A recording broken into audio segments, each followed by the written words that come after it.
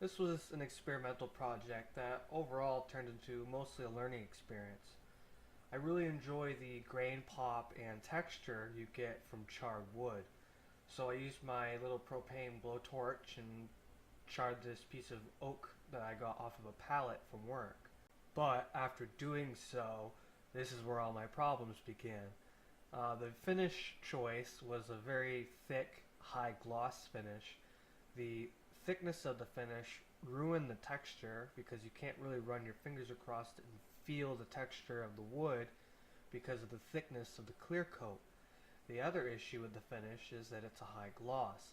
It basically turned this thing into a black mirror that would pick up any fingerprint, any grease from your skin.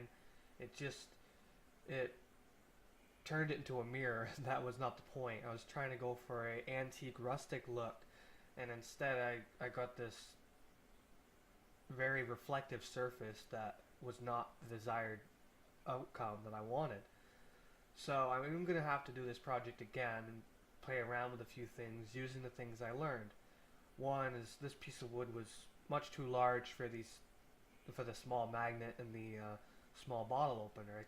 I could have made two of these from this piece of wood. So I'm gonna have to use a smaller piece of wood. I did like choosing oak because it has a good pronounced grain that shows up even more pronounced when you char it. I do like how I used my Dremel to recess the back. I thought about using a Foster drill, but using that, the nipple in the middle of the drill would poke through the front of the wood, which I did not want. Using the Dremel with a little end mill in it allows me to make the face of that wood get down to about 1/8 of an inch, thin enough that the magnet can still pull things through the wood and still have the grip on it, but it's thick enough that it's not going to cause any issues. So I'm also going to have to play around with finishes. I need to find one that doesn't ruin the charred effect that I'm going for. I also need to figure out a different mounting because using these little eye hooks just looks really unappealing to me. And I painted them at first, and then I ended up by having to take them out and charring them with the blowtorch because the paint rubbed right off. Either way, it was a great learning experience, and thank you for watching.